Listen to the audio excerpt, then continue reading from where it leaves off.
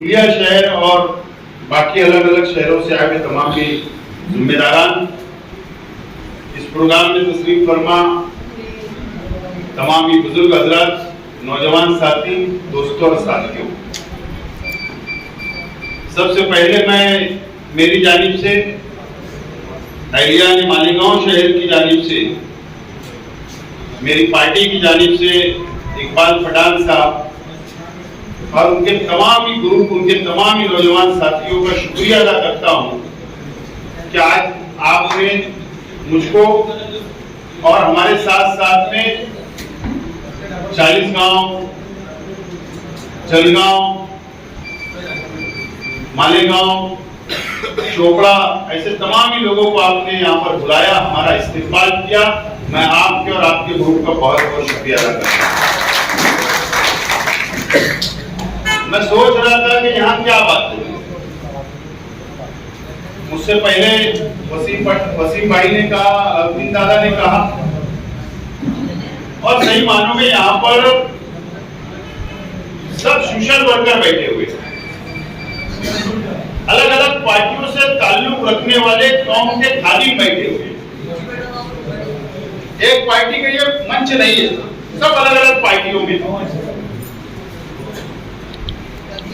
और जहां पर सियासी लोग मौजूद हो और वहां पर सियासी बात नहीं होगी तो मैं समझता हूं कि प्रोग्राम के साथ नाइंसाफी हो।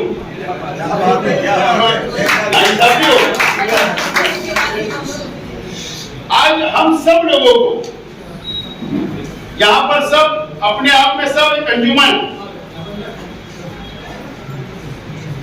अलग अलग सोशल फील्डों में काम करने वाले हैं, समाज के अलग अलग जिम्मेदार हैं। कोई सत्ताधारी पार्टी के साथ रहता है, कोई अपोजिशन में रहता है। अलग अलग ओहदों पे हमने काम किया, अलग अलग पार्टियों के अंदर हमारे ओहदे हमारे पास रहे, लेकिन ये मंच और ये मजलिस अगर हम सरदस्त पार्टियों को अगर बाहर छोड़ दें और यहां पर अगर हमें आज बात करना है इस माहौल के अंदर, तो हमको क्या करना पड़ेगा, क्या चर्चा करना पड़ेगी। आज हमारे सामने पार्लियामेंट का इलेक्शन है। आज के देश के माहौल, महाराष्ट्र का माहौल दिन ब दिन खराब होते जा रहा है, फिरका परस्त ताकतें मजबूत होती जा रही है, अलग अलग पार्टियों के अंदर तोड़फोड़ की जा रही है, पार्टियों को तोड़ा जा रहा है, भाजपा के अंदर उनको शामिल करवाया जा रहा है। यह आप लोग भी देख रहे हैं, हम लोग भी देख रहे हैं।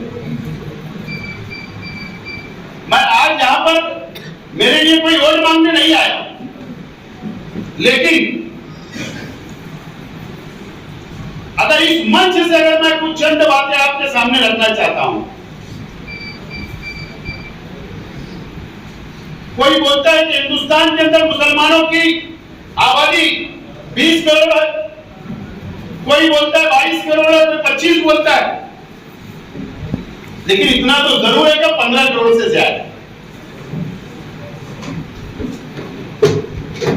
2014 के अंदर भारतीय जनता पार्टी की सरकार इस मरकज पे देश के अंदर आई, नरेंद्र मोदी साहब वजीर आजम बने, एनडीए की सरकार आई। हमारा देश, हमारा मुल्क ये जमहूरी मुल्क है, सरों को गिना जाता है, तोला नहीं जाता, लेकिन सीटें ज्यादा उनकी आई, उनकी सरकार बन गई। क्या वजह है? क्या उनकी सरकार 2014 में भी बनी, 2019 में भी बनी, और अभी 400 पार का नारा दिया जा रहा है। आज की बात है, नरेंद्र मोदी साहब ने कहा अब की बार 400 पार का नारा दिया गया।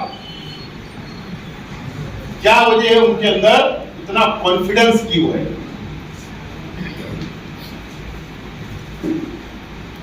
इतना कॉन्फिडेंस क्यों है? आप 2014 में जाएंगे, 2014 में भारतीय जनता पार्टी का वोट परसेंटेज जो था वो सिर्फ 33% था, 33%। जितनी वोट गिरी देश के अंदर पार्लियामेंट के चुनाव में, मुल्क की आवाम ने वोट दी, जितनी वोट दी उसका परसेंटेज अगर निकालेंगे सिर्फ 33% उनको वोट मिली और वो मुल्क के ऊपर राज कर रहे थे। और 67% जिसको अपोजिशन पार्टियों को वोट मिली वो अपोजिशन के अंदर बैठे रह गए 5 साल। कितनी ताज्जुब की बात है। 2019 में फिर इख्तियार नहीं किया। उस वक्त उनका वोट परसेंटेज कितना था? 37% वोट सिर्फ भारतीय जनता पार्टी को मिली, सिर्फ 37%।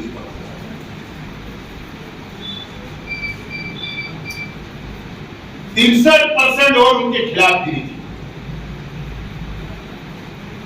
14 में भी सेकुलर आवाम, सेकुलर वोटरों की तादाद उनसे कई गुना ज्यादा थी। 19 में भी कई गुना ज्यादा थी। और आज हमारे सामने वक्त आ गया है। अगर 14 में और 19 में इख्तियार आता है तो इसका मतलब यह है कि इलाकाई पार्टियां हों या नेशनल पार्टियां हों, वोट का डिवाइडेशन भरपूर हुआ, वोट बटी। कांग्रेस के अलग कैंडिडेट, राष्ट्रवादी के अलग कैंडिडेट, बाकी आरजेडी के अलग, समाजवादी के अलग, आप पार्टी के अलग, सब अलग अलग बढ़ते गए, अपने अपने उम्मीदवार खड़ा करते गए, वोट का डिवाइडेशन होते गया और 10 साल उन्होंने सरकार चलाई। मैं जिस पार्टी को मानता हूं और इस देश के संविधान को मानता हूं, मैं जातिवाद नहीं करता, मैं हिंदू मुसलमान नहीं करता, लेकिन यही इस देश के हम मुसलमान माइनॉरिटी के लोग 2014 से पहले काला टाइप कर ये बोला करते थे कि हमारे बिगड़ कोई सरकार मरकज में भी नहीं बैठेगी, हमारे बिगड़ रियासतों में भी नहीं बैठेगी, यही बोला करते थे। 2014 में भी भारतीय जनता पार्टी का एक भी मेंबर ऑफ पार्लियामेंट मुसलमान नहीं था, हमारे बिगड़ उन्होंने हुकूमत बनाई।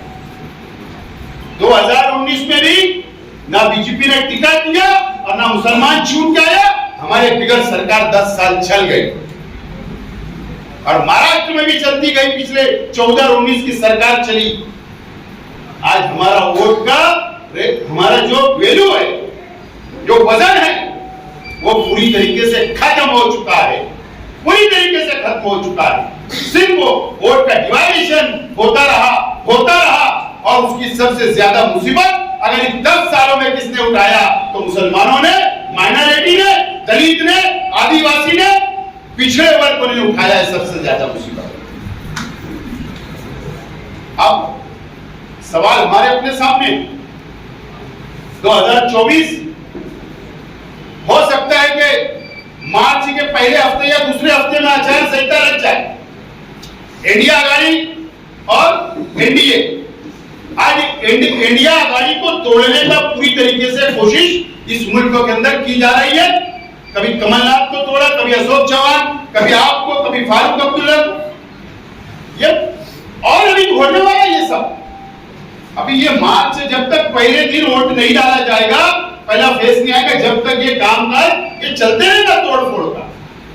लेकिन आज हमको वक्त की जरूरत है कि जज्बात में नहीं, समझदारी से, होश से हम लोगों को फैसले करना पड़ेगा। आइंदा अगर हमने फैसले आइंदा फिर जज्बात में लिया तो नुकसान हमको ही उठाना पड़ेगा, हमको ही उठाना पड़ेगा, दूसरों को नहीं।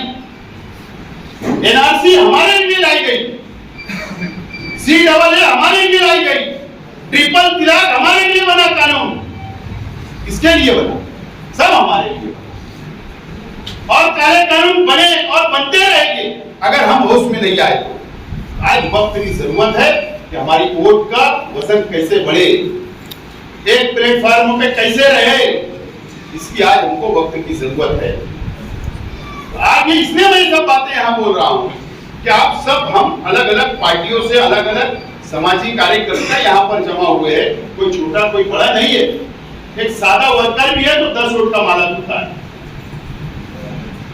आज हमको समाज में जहां हम बैठे वहां पर हम लोगों को अलग अलग तरीके से माहौल बनाना पड़ेगा और जज्बात से काम नहीं चलने वाला। इसलिए मैंने आज यहाँ पर ये बात जिक्र किया कि सब सोशल वर्कर है, कुछ ना कुछ बातें ऐसे हमारे आपस के अंदर चर्चा होना चाहिए। अगर हमने यहाँ से शुरुआत की, हो सकता है ये बात धीरे धीरे आगे बढ़ते बढ़ते बढ़ते बेदारी आएगी। और मुझे उम्मीद है कि यहां से उठने के बाद हम लोग इस बारे में जरूर सोचेंगे, समझेंगे। आज आप भी देख रहे हैं, मैं भी देख रहा हूं, एक शख्स है जरंगे पाटिल मराठा रिजर्वेशन के लिए अकेला एक शेतकरी गरीब घर का, आज उसके पीछे पूरे महाराष्ट्र का समाज मजबूती के साथ खड़े हो गया। सरकार को घुटने टेकने पर मजबूर किया, सरकार मजबूर हुई, कमीशन बना, सर्वे हुआ, रिपोर्ट आ गई और 20 तारीख को स्पेशल असेंबली का इजलास बुलाया। ये 20 तारीख फैसला होगा। उसके बाद भी जरंगे पाटिल धरने पे बैठा है, आमरण ऑपरेशन पे बैठा है और ये बोल रहा है कि अगर अध्यादेश नहीं निकाले, लागू नहीं करे तो 21 तारीख से फिर मैं आंदोलन तेज हो जाएगा। मेरा बोलने का मतलब एक शख्स के पीछे पूरी कौम, पूरी मराठा बिरादरी, उनकी कौम उनके साथ खड़ी है। किस लिए खड़ी है? क्या पैसा मिलने वाला है? क्या जमीनें मिलने वाली है? क्या बंगले मिलने वाले? नहीं। मराठा समाज को ये बात समझती है कि रिजर्वेशन मिलेगा तो आने वाली नस्ल, आने वाले बच्चों को एजुकेशन मिलेगा, आने वाले बच्चों को सरकारी नौकरियां मिलेगी, इसके लिए। लेकिन आज हमारा अलमिया क्या है? आज हमारा क्या है? आज अगर हम एक जलसा लेने की कोशिश करें तो कितनी मेहनत करना पड़ती है जमा होने के लिए, या आप लोग भी समझते और हम लोग भी समझते हैं। जब मुंबई के अंदर आजाद मैदान के अंदर जरंगे पाटिल ने जब अंदर एंट्री किया तो 4 व्हीलर, हजारों की तादाद के अंदर 4 व्हीलर, उसमें औरतें भी बैठी है, बच्चे भी बैठे हैं, बुजुर्ग भी बैठे। 4 व्हीलर में कौन चलता है? 4 व्हीलर में पैसा रुपये वाला चलता है। क्या जरूरत थी उसको? उसके पास रुपया पैसा है, करोड़ों रुपया है, उसके बच्चों को तालीम दे सकता, बिजली डाल सकता, लेकिन वो औरतें भी घर की गई, आदमी भी गया, बच्चे भी गए और जाने के साथ गाड़ी में क्या लेके गए? घर से आटा भी लिया, चावल भी लिया, रोटी भी लिया, सालन भी लिया, मसाला भी लिया, चूल्हा भी लिया। और जहां वो मुकाम से रुकते थे वो अपना चूल्हा जलाते थे, अपना सामान निकालते थे, 4 रोटी अपनी बनाते थे, 4 दूसरे की बनाते थे और देते थे। ये इकाई और ये मजबूती के साथ वो समाज आज जीत के रास्ते पर चल पड़ा। और आज हम कहां हैं? मुझे तजुर्बा इसलिए बोल रहा हूं, मैंने भी मुस्लिम रिजर्वेशन की तहरीक चलाई, मालेगांव से मुंबई पैदल गया। मुझे मालूम है कितनी तकलीफ का सामना है, मुझे मालूम है, मैं ज्यादा बोलना नहीं चाहता, लेकिन ये बेदारी कब आई? हम बहुत पीछे हैं। अगर हमको आगे आना है तो कुर्बानी देना सीखना पड़ेगा। जब तक कौम कुर्बानी नहीं देगी कोई भी मसाइल के अंदर, अगर ये गली का रोड बनाना है, जब तक ये गली के लोग कारपोरेटर के घर नहीं जाएंगे, कारपोरेशन नहीं जाएंगे, रोड नहीं बनेगी। लेकिन रोड गटर का हमारा मसला नहीं है। हम तो जंगलों में भी रहने वाले लोग हैं, खेतों में रहा करते थे, वहां का रोड गटर, लेकिन जिंदगी गुजरी। आज हमारे बच्चों के मुस्तकबिल के लिए सोचने की जरूरत है।